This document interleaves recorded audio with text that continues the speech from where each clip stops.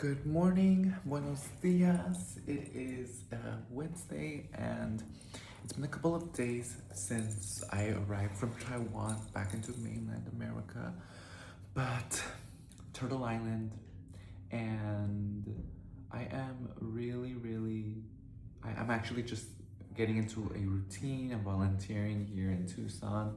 But I wanted to talk about in this video of some of the, I believe it may have mixed or not, but I'm going to talk about the preconceptions and also like what I learned from my visit and stay in Taiwan, otherwise known as Formosa, and which was a Portuguese word when the first colonizers arrived and noticed the beauty because all of the islands are beautiful and it means beautiful. So I really need to just take it all in because when I arrived, I was honestly just so sad in the grieving process of it from a trip.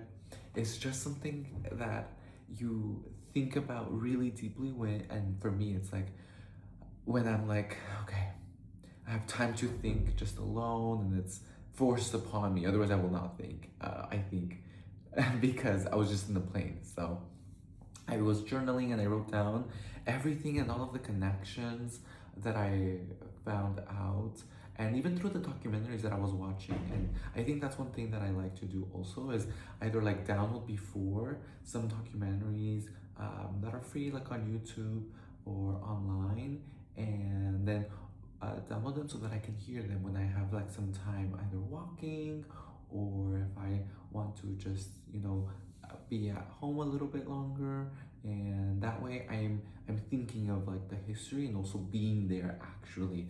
So it helps me inform some of the like guiding questions that I would like to either know more about from the locals or even get their opinions about culturally. And I feel that especially when I'm visiting museums and some of these other structures or institutions, it's always really nice to get not only the literature part, but also like talk about it with them, with people. So I really enjoyed my visits to like the National Palace, the National Fine Arts Museum, and even the National Museum of Taiwan to learn more about the indigenous cultures that have existed there and some of the other ways in which life has been on the island prior not only to like 500 years but just in general, and learning about Sunderland, which was connected, which could also have been a walkable place from the continent of Asia of Eurasia towards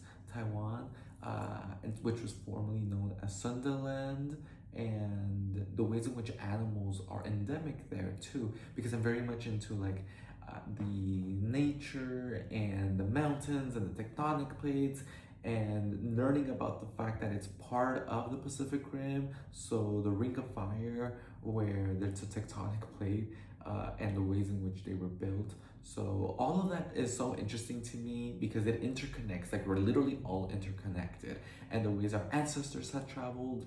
And I really like learning about the Austronesian people and then how they branch out from other different types of like people, and the way language evolved as well. And so for me, oh, and also death and dying, and like how space was viewed and sculptures. And so I think I said language already, but like, and foods and the ways in which they treated with other cultures. So the Filipino archipelago and archipelago, yeah, and Taiwan, in which their trade routes were also established. It's just so beautiful, and seeing how literally again we're all interconnected, and the different practices that people have, not only in where they live, but how they adapted to the environments in which they were in, not only through like evolution of animals, but also in the ways in which people made those sites their home. And right now, what comes to mind is my visit to Taroko National Park, and there was recently it had been a little bits have been demolished by and destroyed by a recent earthquake several years ago, and so a lot of it was inaccessible. But from what was accessible, I booked a tour guide through Viator, and it was around 350 for like a last minute, literally last minute tour. And this was one of my trips where I let it go, so it was like free, and I mean free flowing for me with no set itinerary, which is its own pros and cons. But I really wanted to like let loose after having such a rigid itinerary for about a month. And so if you see my previous videos, you'll notice that I was like on the go, on the go, on the go, and I was with my best friend. But then this one was I was alone, and I was trying to take it as easygoing as I could for myself and my body. And I booked a tour to Sun Moon Lake originally, but then it had been canceled. It's like a 4 hour train ride, I believe, or a 4 hour drive and 2 hour train ride. But I think that I'm still trying to grow accustomed to driving elsewhere, and I think this was an eye opener because when we went to Taroko National Park, like my tour guide was on time and everything. We took multiple stop breaks. We got to converse here and there. I was tired, to be honest, but I was just excited, and the excitedness and the adrenaline in my body kept me going. And I brought my lunch, which was great because there was like rarely any vegan places that we went to, or even like formal stops. It was like you visit this place and you can stay there for about 30 minutes, but I tended to stay a little bit longer because I was just a nap.